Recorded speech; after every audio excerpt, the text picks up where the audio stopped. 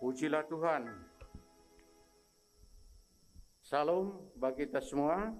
Shalom. Dan pada kesempatan ini juga saya mengucapkan selamat Hari Raya Imlek bagi saudaraku dari suku Tionghoa dan juga yang merayakannya. Kiranya tahun ini tahun yang penuh hoki, tahun yang penuh berkah atau barokah bagi saudaraku, demikian juga bagi kita semua. Ada amin? Saatnya kita akan mendengarkan firman Tuhan. Demikian juga bagi saudaraku yang ada di rumah. Mari kita mempersiapkan hati kita. Saya percaya saat ini Tuhan akan menyatakan sesuatu di tengah-tengah kita. Paling tidak lebih lanjut akan memberikan pengharapan yang kuat dalam hati kita masing-masing. Untuk itu mari kita terlebih dahulu masuk dalam doa. Mari kita berdoa. Haleluya. Segala puji dan syukur kepadamu Tuhan Yesus Kristus, Gembala kami yang baik, yang telah menggembalakan jiwa kami hari lepas hari, minggu lepas minggu, bulan lepas bulan, demikian tahun lepas tahun. Sesungguhnya Engkau nyata dalam kehidupan ini. Engkau peduli, Engkau menuntun kami kepada jalan yang benar. Bahkan Tuhan lebih lanjut senantiasa mengasihani kami. Oleh sebab itu, itulah sebabnya Engkau lebih lanjut berkenan mau berbicara, mau menuntun kami, mau menyatakan isi hatimu, bahwa Engkau tetap mengasihi kami, dan bahwa Engkau akan tetap beserta dengan kami. Oleh sebab itu ya Tuhan, berbicaralah kepada kami, sungguh kami mendengar adanya. Dimuliakanlah Tuhan untuk selama-lamanya. Dalam Kristus Yesus Tuhan kami berdoa. Haleluya. Amin. Baik, saya ajak sidang jemaat Tuhan membuka dari kitab Mazmur pasal yang ke-23.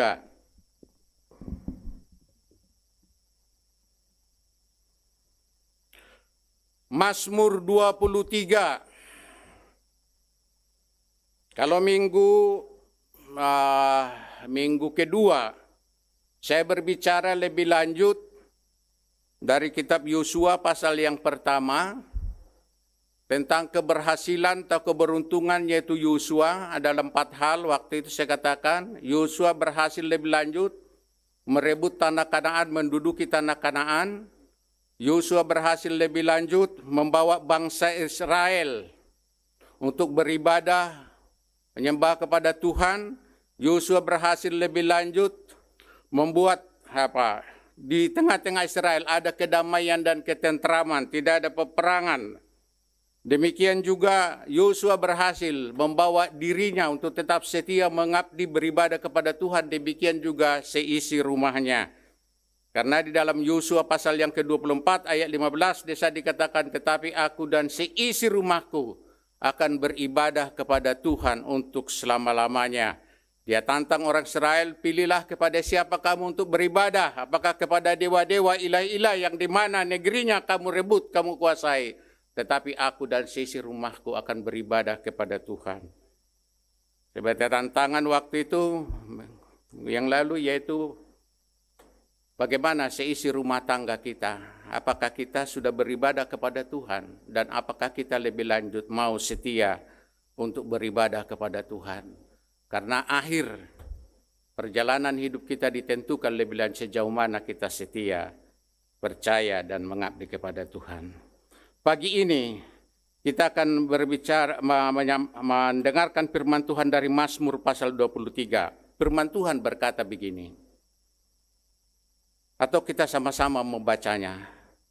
Saya harap ini menjadi ayat hafalan dan dihafal luar kepala dan direnungkan, dan selanjutnya kita imani sampai kebenaran ini nyata dalam perjalanan hidup kita, iman kita hari lepas hari di dalam kita mengiring Tuhan. Ada amin?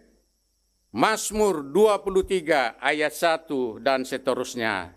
3, 2, 1. Tuhan adalah gembalaku, takkan kekurangan aku. Ia membaringkan aku di padang yang berumput hijau.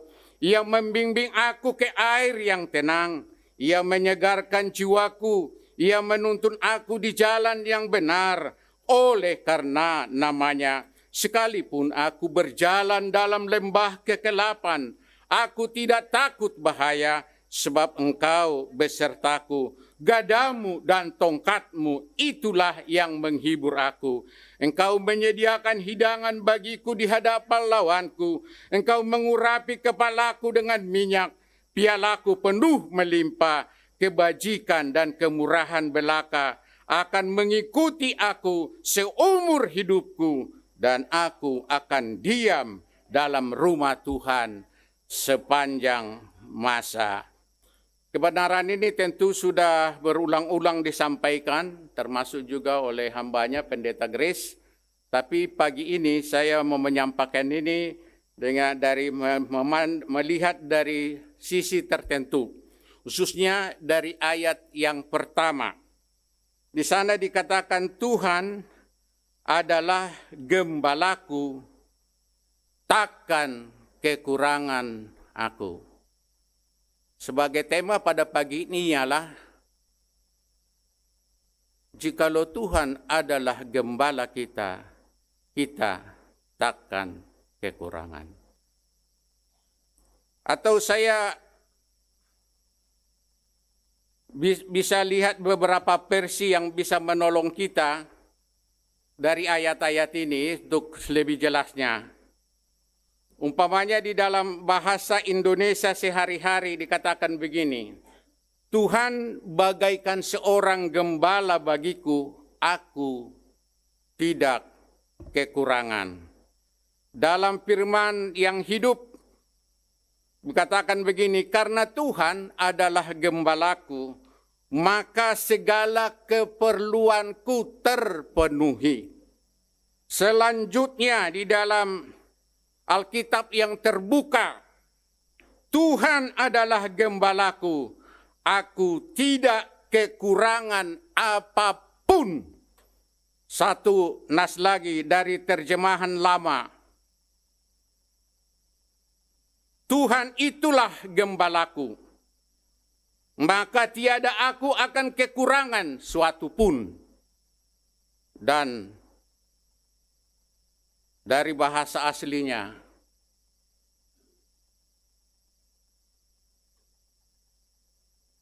Jahubado si parmahanau dak tagamon hahurangan au.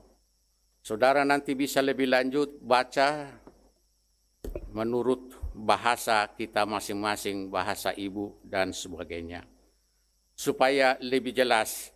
Dari Mazmur 23 ini, saya membuat ada 5 hal yang perlu untuk kita renungkan. Yaitu sebenarnya takkan kekurangan aku. Yang pertama, di dalam ayat yang kedua tadi di sana dikatakan, kalau kita melihat ayat ini tadi, Tuhan adalah gembalaku, takkan kekurangan aku. Ia membaringkan aku di padang yang berumput hijau. Ia membimbing aku ke air yang tenang. Berarti yang pertama, kita takkan kekurangan, takkan berkekurangan soal makan dan minum. Ada amin. Takkan berkekurangan. Jikalau sungguh kita jadikan Yesus Kristus adalah gembala kita, mustahil takkan kekurangan soal makan dan minum.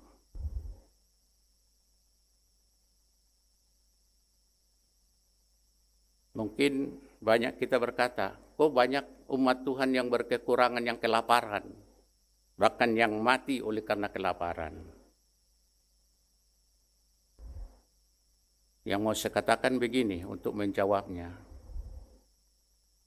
Betulkah dia sebagai orang yang percaya, yang beriman kepada Yesus Kristus. Betulkah Yesus Kristus itu dijadikan jadi gembalanya?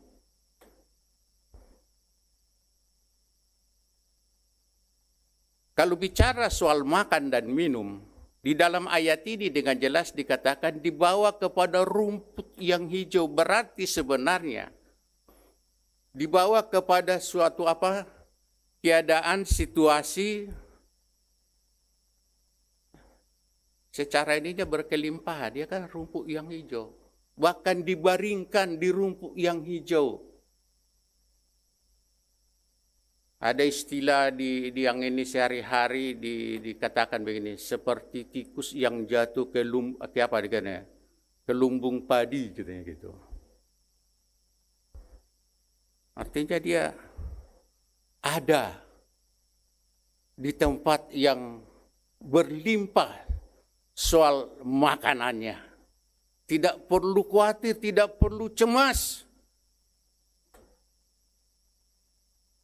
Kalau kita bisa melihat juga di dalam Matius pasal yang ke-6,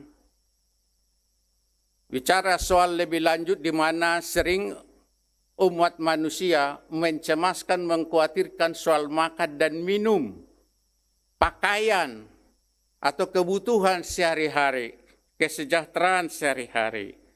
Padahal firman Tuhan mengatakan jangan khawatir akan semuanya itu. Lihat itu burung-burung di udara, lihat itu rumput-rumput di padang. Burung-burung itu dikatakan tidak menabur, tidak menuai, tidak menyimpan di lumbung. Dipelihara oleh Bapamu yang di surga. Lihat itu Salomo sekalipun dalam kemegahannya, kekayaannya, keagungannya, tetapi juga tidak berpakaian seindah bunga-bunga yang ada di padang, di mana lebih lanjut mekar hari ini, semerbak hari ini, indah, tetapi cuma beberapa jam seharusnya layu dan akhirnya masuk ke dalam pembakaran. Artinya dipelihara Tuhan sedemikian rupa.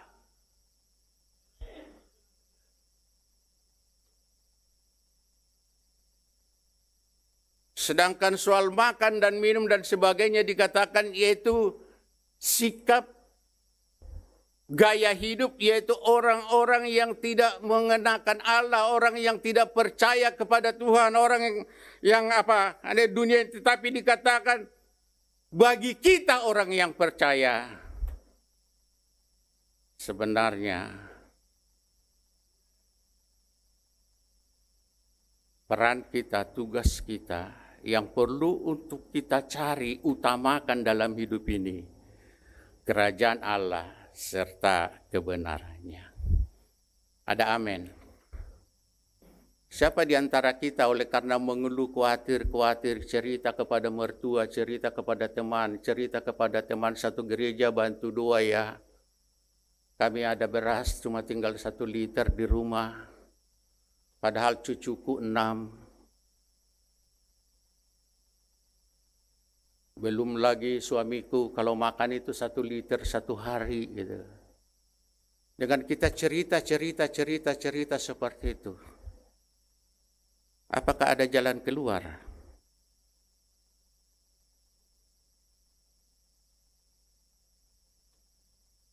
Semakin kita meresahkan, mengkhawatirkan, mencemaskan sesuatu hal, justru pertolongan itu semakin jauh.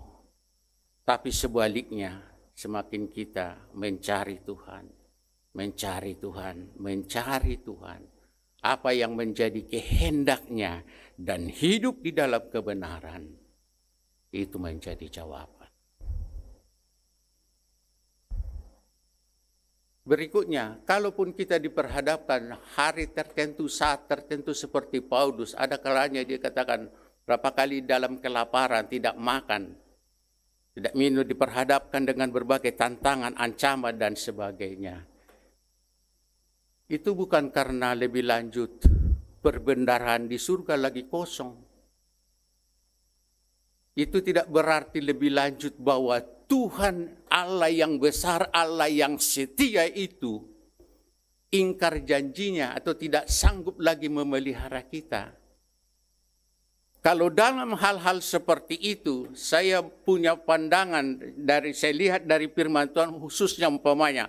Kalau kita melihat seperti kehidupan dia itu Ayub. Mengapa dia dicobai, diizinkan lebih lanjut anaknya mati, hartanya semua dirampas dan sebagainya, kesehatannya juga terganggu, hubungan suami istri juga terganggu dan sebagainya. Bukan karena lebih lanjut Alkitab maka Tuhan memuji dia orang benar, dia orang lebih lanjut tulus, dia orang lebih lanjut berkenan kepada Tuhan yang menjauhi kejahatan. Tapi mengapa hal itu diizinkan? Tentu kesimpulannya adalah Tuhan mau menguji dia. Sekalipun iblis membujuk Tuhan dengan mengatakan, dia beribadah kepadamu, dia datang ibadah, dia takut kepada Tuhan, dia melakukan semua perintahmu. Oleh karena engkau memberkati dia dengan limpahnya, coba ambil yang dia miliki. Pasti dia akan mengutuk engkau. Ceritanya Tuhan mengizinkan iblis mencobai Ayub, mengambil semuanya tadi. Ayub membuktikan seperti yang dikatakan oleh Tuhan, dia tetap pribadi yang beribadah kepada Tuhan, yang berkomitmen untuk terus menyembah Tuhan. Karena diungkapkan setelah semuanya itu habis, dia di dalam firman Tuhan mengatakan, dengan telanjang aku datang, dengan telanjang juga aku akan kembali. Jikalau Tuhan yang memberi, Tuhan yang mengambilnya, terpujilah nama Tuhan. Ayat terakhir dalam pasal yang pertama dikatakan, dalam kesemuanya itu Ayub tidak mengatakan sesuatu yang tidak patut kepada Tuhan. Tak kala istrinya juga menggoda dia, mengatakan, apakah engkau masih tetap menyembah Allah itu? Kutukilah Allah supaya kau mati. Tetapi Ayub mengatakan, hanya perempuan yang gila yang mau mengutuki Tuhan. Bagaimana aku mengutuki dia adalah Tuhan yang baik, yang setia, yang bermurah dan sebagainya kalau dijabarkan dalam ini.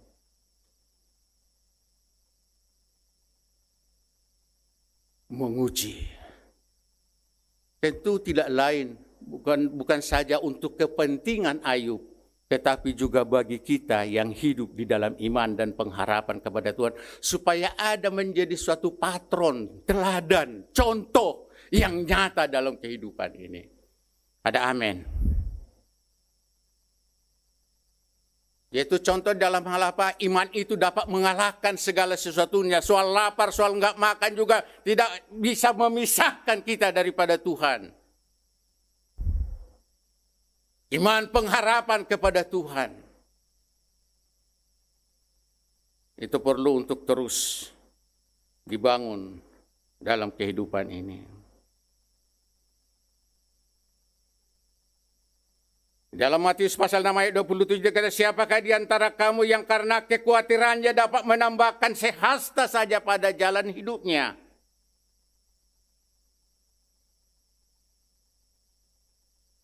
Seperti yang di ayat 30, jadi jika demikian Allah mendandani rumput di ladang yang hari ini ada dan besok dibuang ke dalam api, tidakkah ia akan terlebih lagi mendandani kamu, hai orang yang kurang percaya. Jadi sini bisa kita melihat sebenarnya orang yang dikuasai kekhawatiran, kecemasan hari lepas hari itu pertanda kadar imannya, kalau boleh dikatakan. Level imannya mungkin di bawah 5, kalau boleh dikatakan. Angka merah.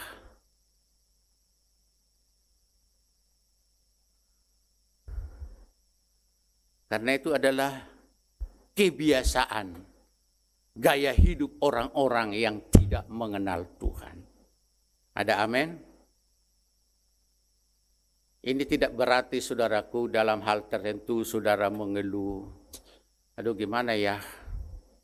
Tetapi itu bukan menjadi menjadi gaya hidup kita. Sampai dibawa cerita kemana-mana. Sampai tidur kita juga terganggu. Mungkin terbawa mimpi-mimpi juga.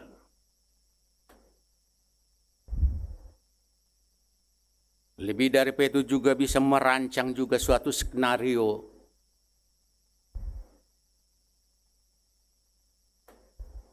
Udah cubit dulu itu anak itu siapa? Si bayi supaya nangis. Kemudian baru telepon opungnya. Bilang kurang sehat, perlu berobat, tapi nggak ada uang.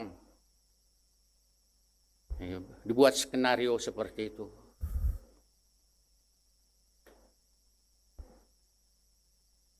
Takkan kekurangan aku soal makan dan minum. Ada amin? Amin. Yang kedua, dari ayat-ayat ini sekali lagi,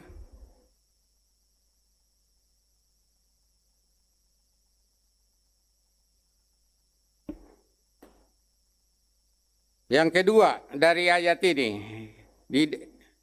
kalau kita membaca ayat yang ketiga, ia menyegarkan jiwaku, ia menuntun aku di jalan yang benar oleh karena namanya.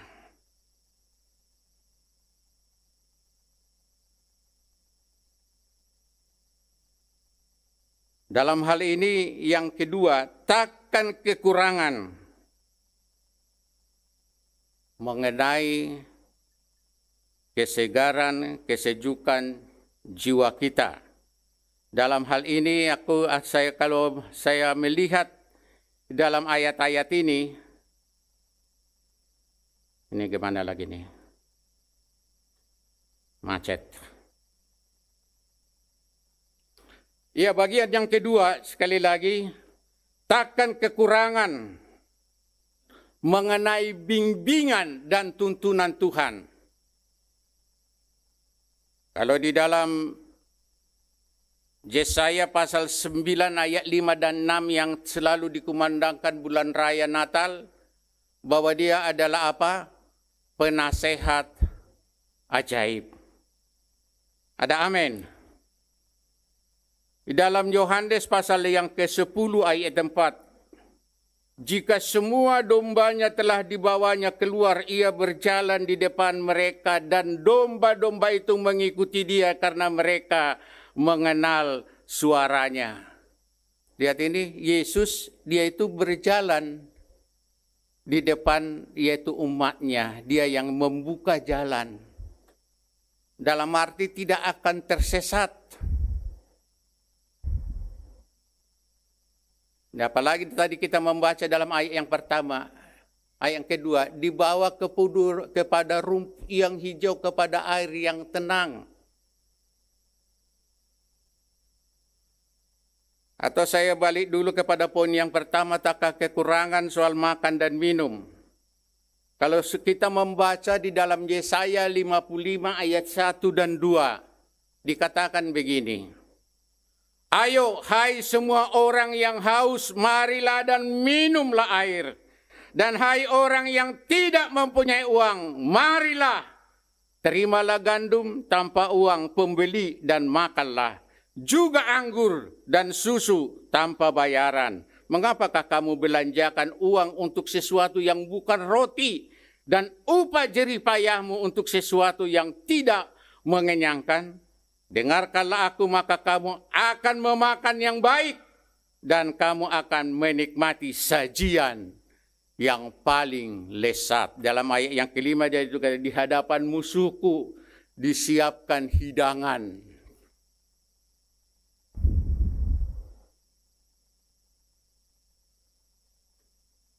Oleh sebab itu, mungkin perlu kita bertanya kepada diri kita sendiri.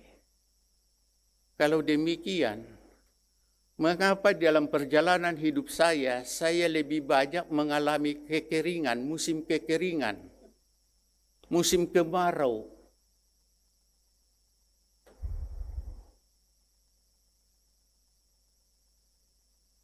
Lebih banyak hari-hari hidup itu mencucurkan air mata, merintih daripada tersenyum. bersukacita.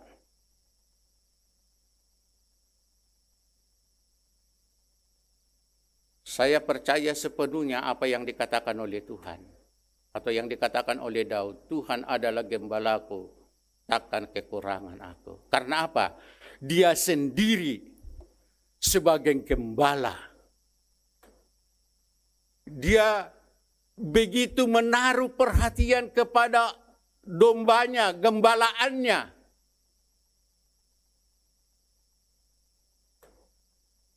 Dia menjaganya sedemikian rupa, baik dari binatang buas, demikian juga dari mereka yang mencuri dan sebagainya dan sebagainya. Dia bertanggung jawab sepenuhnya. Dengan alasan inilah lebih lanjut dia katakan kepada Saul, tak kala berhadapan dengan Goliat, aku waktu di penggembalaan, kalau datang singa dan sebagai jenggotnya, saya pegang, saya hajar itu singa, demikian juga beruang dan seterusnya. Artinya, jikalau Daud saja manusia yang terbatas, sudah sedemikian rupa menaruh perhatian, perlindungan, dan membawa domba gembalaannya kepada rumput yang hijau dan memberikan minum gembalaannya lebih lanjut dengan air. Apalagi Tuhan kita. Amin.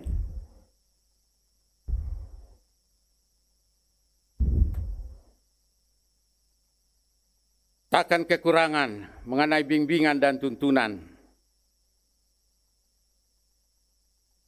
Dan Yohanes 14 ayat 6, akulah jalan dan kebenaran dan hidup, tidak ada seorang pun yang datang kepada Bapa kalau tidak melalui aku. Dia jalannya.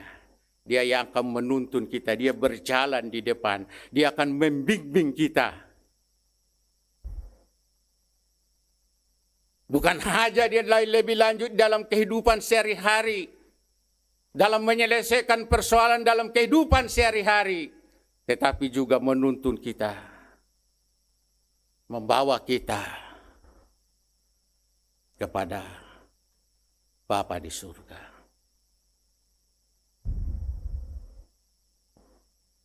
Ada amin, saudara? Saya membaca kita juga 2 Timotius pasal yang ketiga ayat 15 dan 17. Bahwa tersedia bimbingan tuntunan bagi kita supaya kita hidup dalam kebenaran.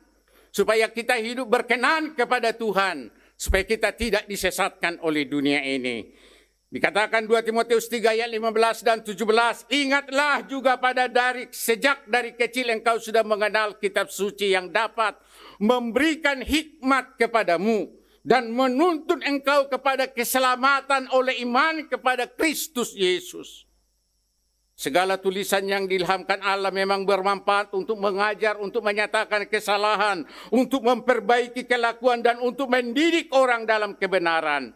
Dengan demikian tiap-tiap manusia kepunyaan Allah diperlengkapi untuk setiap perbuatan yang baik.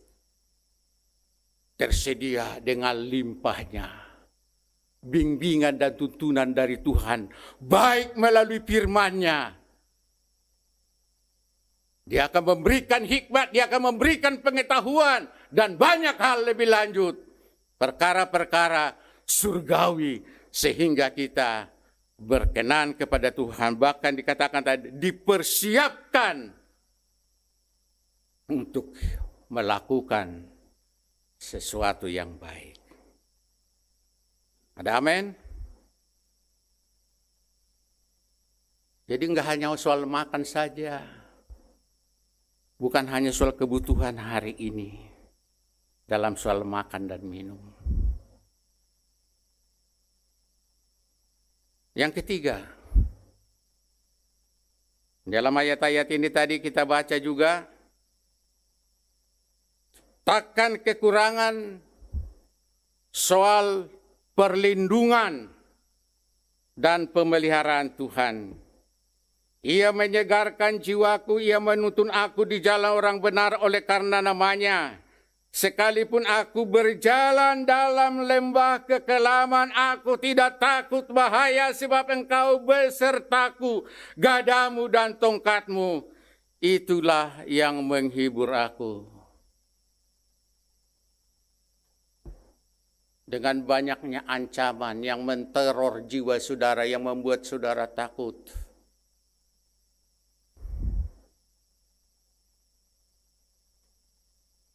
Takut mati. Takut dipalak. Takut ditebas. Atau apa sajalah yang ini. Takut diperlakukan semena-mena. Sekali lagi dari pihak Tuhan. Kita takkan kekurangan perlindungan. Dan juga penyertaan Tuhan, gadamu dan tongkatmu. Itu perlengkapan seorang gembala, saudara. Tongkat untuk lebih lanjut menolong domba yang tersesat, untuk menariknya, ada kaitnya di situ. Apa itu tadi? Yaitu untuk menghalau musuh-musuh dan sebagainya. Binatang-binatang buas. Amin. Saya percaya berapa banyak pengalaman kita yang Tuhan nyatakan perlindungan dan pemeliharaannya atas hidup kita. Pada saat-saat kita diperhadapkan suatu situasi kondisi tertentu yang mengancam jiwa kita. Kami sudah banyak menceritakan di masa-masa yang lalu bagaimana perlindungan Tuhan. Tak kala anak jantungnya waktu lahir, jantungnya juga bocor. Waktu sesak napas, yang laki, yang si bungsu yang ini kuning dan sebagainya harus dirawat berminggu-minggu juga di rumah sakit. Demikian hambanya ini juga waktu kecelakaan. Waktu operasi dan sebagainya, karena infeksi dan sebagainya, hampir-hampir memang. Ada keadaan koma. Dan saya juga sudah merasakan, mencicipi sedikit suasana di surga itu. Indahnya. Itu makanya tak kalah siuman sadar loh. Kok masih kembali ke bumi begitu? Ya mungkin sih keluarga, istri, anak-anak pasti dengan cemas, takut dan sebagainya. Pasti nangis.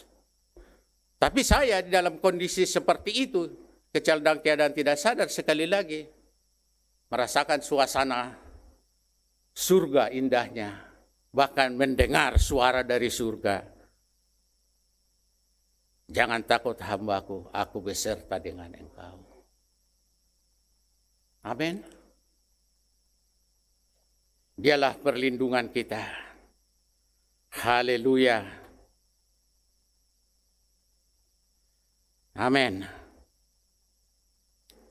Jadi sekali lagi, takkan berkekurangan soal perlindungan atau penyertaan Tuhan. Dalam Yesaya pasal 7 ayat 14, sebab itu Tuhan sendirilah yang akan memberikan kepadamu suatu pertanda, sesungguhnya seorang perempuan muda mengandung dan akan melahirkan seorang anak laki-laki, dan ia akan menamakan dia Immanuel, yang berarti Allah menyertai kita. Matius pasal yang ke-28 ayat 20 mengatakan begini, dan ajarlah mereka melakukan segala sesuatu yang telah kuperintahkan kepadamu, dan ketahuilah aku menyertai kamu senantiasa sampai kepada akhir zaman.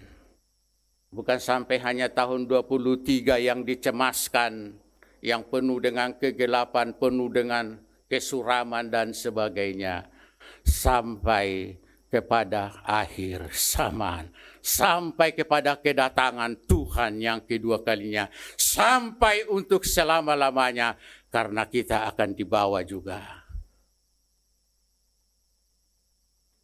ke tempat kita yang sesungguhnya.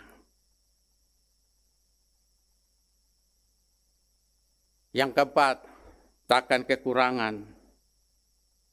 Bicara soal pembelaan dari Tuhan dan juga soal kemenangan.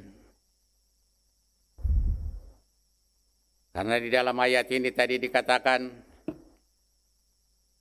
ayat yang kelima, engkau menyediakan hidangan bagiku di hadapan lawanku, engkau mengurapi kepalaku dengan minyak, pialaku penuh melimpah.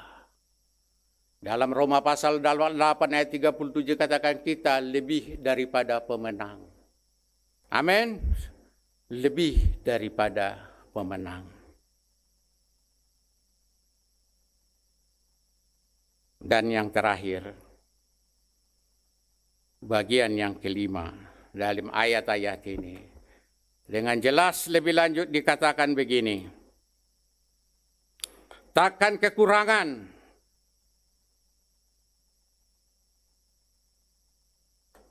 soal kemurahan dan kebaikan Tuhan hari lepas hari. Kebajikan dan kemurahan akan mengikut aku seumur hidupku dan aku akan diam di rumah Tuhan sepanjang masa. Amin. Ada satu nyanyian kita apa itu? Setiap pagi nyata kemurahan Tuhan itu. Apa? Lupa saya judulnya. Hari ini tersedia anugerah dan kemurahan Tuhan tersendiri. Beda. Cukup. Untuk kita hari ini. Takkan kekurangan soal kemurahan dan kebaikan Tuhan. Karena Dia sendiri yang telah mengasihi kita. Lihat itu, Dia bersedia mengorbankan seluruh hidupnya.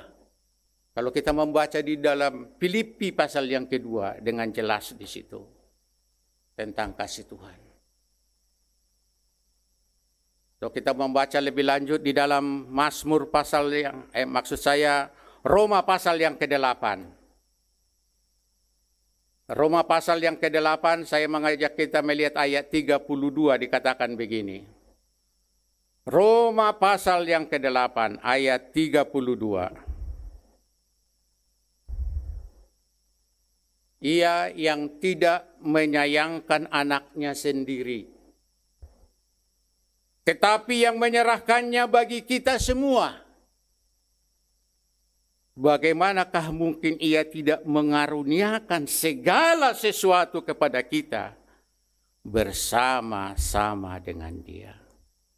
Jikalau anaknya itu tidak disayangkan oleh Tuhan, diberikan kepada kita, sedia dikorbankan, apalagi soal makan, minum, dan kesejahteraan dan yang lain-lainnya. Ada amin. Bagaimana mungkin Ia tidak mengaruniakan segala sesuatu kepada kita bersama-sama dengan Dia, yaitu Gembala yang baik, Yesus Kristus.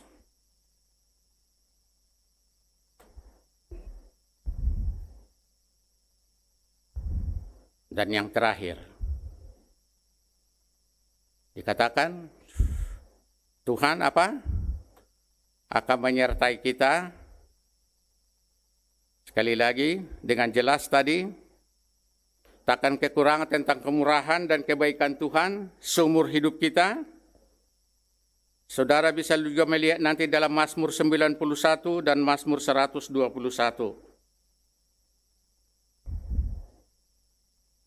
Kemudian dikatakan bagian akhir ayat yang ke-6, aku akan diam di rumah Tuhan sepanjang terakhir perjalanan hidup kita. Rest in peace. Di Son Maradian. dibawa ke tempat yang sesungguhnya. Aku akan diam di rumah Tuhan sepanjang masa untuk selama-lamanya. Untuk selama-lamanya saudara dan saya, setiap kita yang menjadikan Yesus Kristus adalah gembala kita. Bukan hanya di dunia ini saja dipelihara. Tersedia segala sesuatunya. Tetapi juga aku akan diam di rumah Bapa untuk selama-lamanya.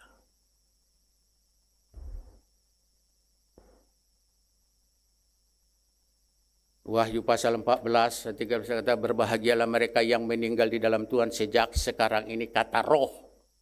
Karena mereka berhenti dari segala kelelahan dan sebagainya. Dan mereka akan menerima lebih lanjut sesuai dengan apa yang mereka kerjakan di atas dunia ini. Menerima akan upahnya. Ibadahmu, doamu, ratamu, pemberianmu, kasih sayangmu kepada satu dengan yang lainnya, sekali lagi, itu akan kau terima juga. Karena Alkitab, apa yang kau tabur, itu akan kau tuai. Berbuat kebajikan, mengungkapkan kasih sayang kepada satu dengan yang lain, baik itu melalui rupiah dan lain-lain. Sekali lagi, sebenarnya kita berbuat untuk diri kita sendiri. Kita sedang menabung, kita sedang invest sekarang di surga. Nanti semua akan dibeberkan, diinikan pahalanya. Waktu itu, waktu Paritonang, waktu dirawat di rumah sakit Cipto, kau doakan dia. Kau bawa buah apel yang bagus, yang enak. Amin. Ya. Oh iya, saya pernah ceritakan waktu saya dirawat di mana itu. Di Cikini kalau nggak salah waktu itu. Memang waktu dibelah dengan pisau itu karena diambil benjolan ada 13. Sakit. Apalagi sesudah 3 hari, waduh meriang. Tapi kemudian datang bisuk seseorang. Dibawa apa? Saya belum pernah lihat, temukan, apalagi rasakan waktu itu. Yaitu apel yang coklat itu loh, yang gede. Yang dibungkus pakai apa itu. Sesudah di sana dicoba dibuka, saya coba. Wih, masa saya harus di rumah sakit dulu mendarat baru bisa menikmati ini, buah yang nikmati ini dalam hati.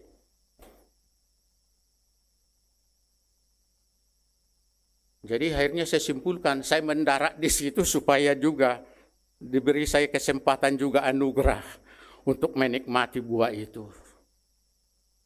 Amin. Segala sesuatu bekerja bersama-sama mendatangkan kebaikan bagi mereka yang dipanggil dan yang mengasihi Tuhan. Itu ayat mas saya. Jadi segala apapun yang terjadi yang perhadapkan dalam hidup ini, baik yang mengejutkan jiwa kita, sekali lagi, saya sudah pastikan, oh ini mau meningkatkan iman. Mau menerima bonus lebih besar lagi ini untuk hari mendatang.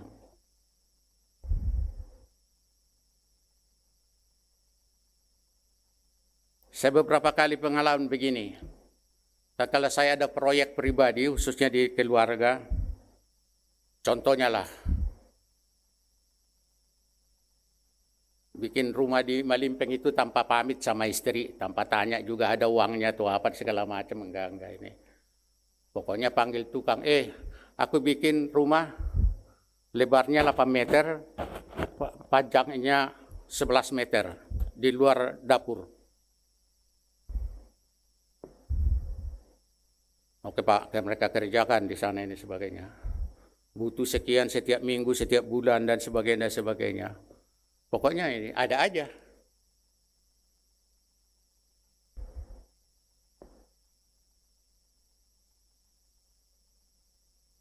Artinya yang mau saya inikan di sini,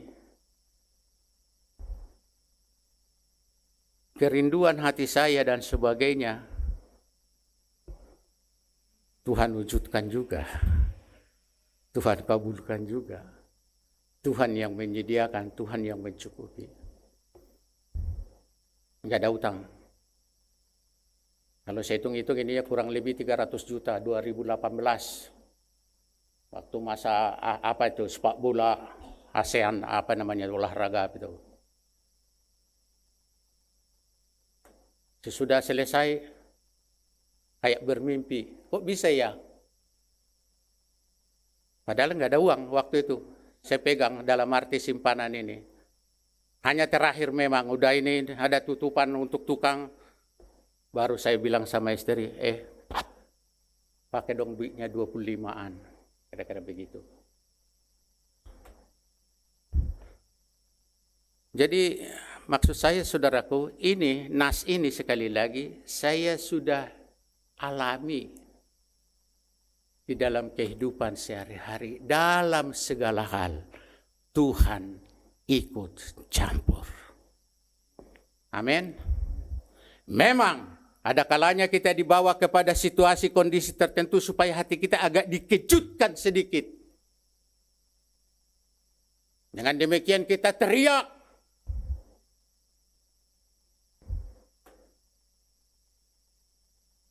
Kemudian juga sedikit banyaknya juga mengaminkan, nunduk-nunduk begini. Tak kala mendengar khotbahnya Raja Guguk, ya kan? Ya pas, kok pas Pak ininya. Khotbahnya tadi rasanya untuk saya. Oh iya, ya memang disiapkan Tuhan, memang khusus. Amin saudara. Sekarang yang menjadi kesimpulannya, bagaimana itu supaya persediaan yang dari Tuhan itu dengan limpahnya tadi itu nyata dalam kehidupan kita. Pada saat kita lebih lanjut membutuhkannya atau mengharapkannya.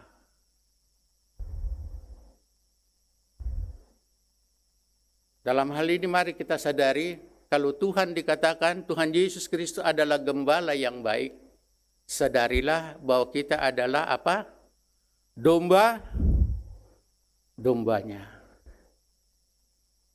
Sifat, tabiat, karakter daripada domba, pertama apa? Tulus, bulus, kudus. Artinya nggak ada neko-neko begitu loh ini. Itu makanya gembala harus didepankan, harus ikut. Itu makanya dibawa juga kepada air yang tenang. Dari pinggir ini, bukan air yang bergelora kepada air yang deras. Karena apa? Domba nggak bisa membela diri, menyelamatkan diri. Kalau umpamanya menyeberang sungai, dihanyutkan dia, soalnya bulunya tebal dan sebagainya. Dia nggak bisa berenang. Tak kala datang juga binatang-binatang, dia nggak bisa membela diri. Peran gembala. Jadi yang dikatakan di sini tidak lain lebih lanjut apa sekali lagi? Domba harus mengenal suara atau domba harus mendengar yaitu gembalanya. Domba harus ikut gembalanya. Amin. Itu saja, nggak perlu banyak-banyak ininya. Pertanyaannya, mau nggak dengar Tuhan Yesus? Mau nggak ikut, mau melakukan apa yang dikatakan Yesus?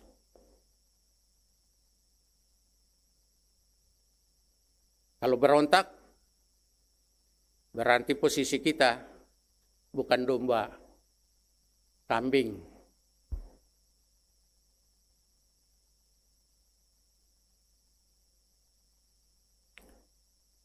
Kalau suka protes, suka menggerutu, mengomel, seperti itu orang Israel itu yang di padang gurun itu, waktu yang dipimpin Musa.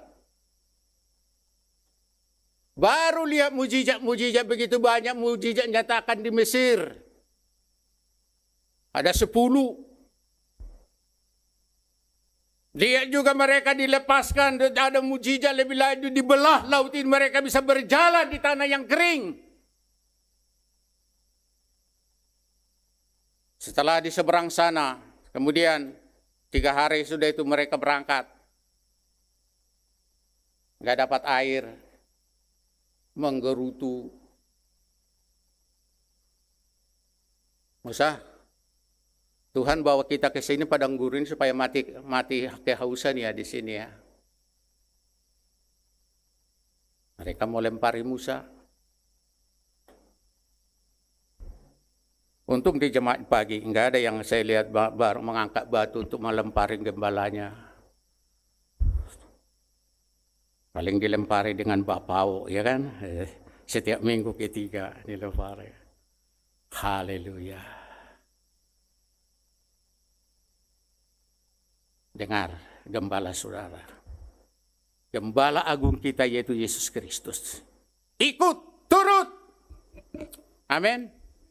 Dengan demikian sekali lagi, apa yang dikatakan oleh firman Tuhan ini menjadi nyata dalam hidupmu hari lepas hari. Saya sudah menyaksikan juga, setelah saya bertobat menyerahkan diri kepada Tuhan, sebelum masuk juga di gereja ini, sebelum diterima staf tahun 88 dalam pengertian sebelum dapat honor, saya sudah melihat pemeliharaan Tuhan. Dapat honor juga waktu 125, 3 bulan tambah 150, tambah 25 dan sebagainya. Dalam arti kalau sebenarnya saya hitung-hitung untuk ongkos saya juga dari Cawang ke sini dan melayani enggak cukup. Demikian juga yang sekarang, juga kalau umpamanya saya ini saya hitung-hitung untuk bayar tol, bayar bensin, bayar apa lagi, supir bayar, nggak cukup. Tapi saya mau katakan kepada saudara, indah melayani Tuhan, tidak pernah kekurangan apapun. Amin. Seperti ini, nggak tahu dari mana ada informasi bahwa saya akan berobat dan sebagainya. Doa dari mana-mana ininya ini. Dari Sentul, dari mana-mana saya ini doa Pak, doa. Jemaat hari apa itu saya Pak, nggak usah operasi Pak, kita berdoa supaya jadi mujizat dan sebagainya. Puji Tuhan dan sebagainya. Saya melihat kasih sayang dari Tuhan dinyatakan melalui umatnya juga. Amin. Masa COVID kemarin, beberapa kali ya kami menerima makanan yang enak-enak gitu loh. Itulah alasannya lebih lanjut mengapa pada saat ada jemaat yang sakit dan sebagainya, saya meminta staf juga kirim kue, kirim buah. Kalau nggak bisa ininya langsung minta nomor rekeningnya, kirim ke rekeningnya untuk beli buah, untuk beli kue. Karena kita nggak bisa kunjungan, nggak bisa juga ini segala macam. Karena apa? Saya sendiri sudah menikmati, merasakan kebaikan, kesetiaan Tuhan, pemeliharaan Tuhan atas hidup kami. Dan saya percaya demikian juga Tuhan perlakukan sidang jemaatnya, anggota tubuhnya, umat gembalaannya. Amin. Percayalah. Sebagai kesimpulannya, pertetapkan hati mengikut Tuhan seperti pesan Tuhan kepada Yosua. Jangan kecut, jangan tawar hati. Jangan dengar lebih lanjut, berikan telinga saudara mendengar suara yang dari dunia. Lebih fokus mendengar suara dari Gembala Agung kita, yaitu Yesus Kristus. Tuhan memberkati kita. Tuhan memelihara kita. Saya pastikan di dalam Tuhan, Dia akan memelihara, Dia akan menggembalakan kita. Saudara dan saya akan dituntunnya, dibawanya kepada hidup yang kekal. Sekali lagi, ingat sudah disiapkan di sana. Amin. Sudah disiapkan di sana. Bukan tipe SSS, sangat sederhana. Nanti baca di kitab Wahyu, berapa itu panjangnya, berapa lebarnya kubus itu, Yerusalem baru itu.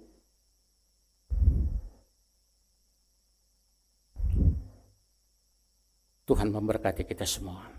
Amin.